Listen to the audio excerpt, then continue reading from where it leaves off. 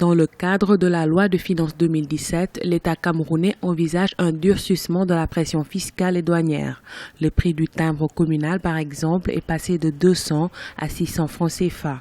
La soumission à l'impôt sur les sociétés et à la taxe sur la valeur ajoutée, TVA, des locations meublées à usage domestique sont également prévues, tout comme une taxe de séjour variant entre 500 et 5000 francs CFA par nuitée selon le standing des hôtels. À travers cet élargissement de l'assiette fiscale, le gouvernement entend faire face aux conséquences du double choc pétrolier et sécuritaire tout en prenant en compte la baisse des recettes douanières engendrées par les accords de partenariat économique APE.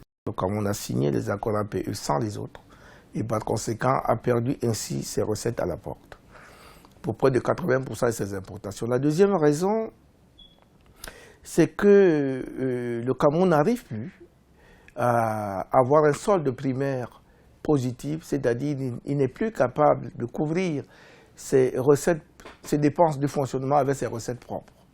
Donc le Cameroun avait un souci important d'élargir son assiette fiscale, c'est-à-dire d'amener le plus grand nombre à payer des impôts pour que la pression fiscale soit faible. Si cette mesure permettra à l'État camerounais de mobiliser en interne près de 3 143,300 milliards de francs CFA pour soutenir ses recettes en 2017, on observe cependant une baisse du pouvoir d'achat des populations. Les Camerounais vont payer plus d'impôts et dépenseront plus dans l'achat de biens et de services.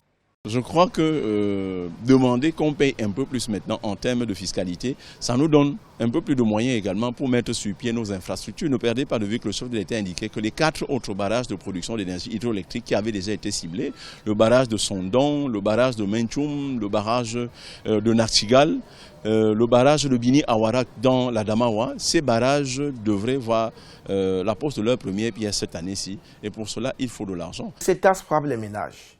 Cette taxe frappe le revenu de manière générale. Et cette taxe frappe également la dépense de manière générale. Ça veut dire qu'en réalité, sans même les nommer, ces taxes vont diminuer considérablement le pouvoir d'achat des consommateurs. Équilibré en recettes et en dépenses à la somme de 4 373,8 milliards de francs CFA, le budget 2017 du Cameroun est en augmentation de 139,1 milliards de francs CFA par rapport à la loi de finances 2016.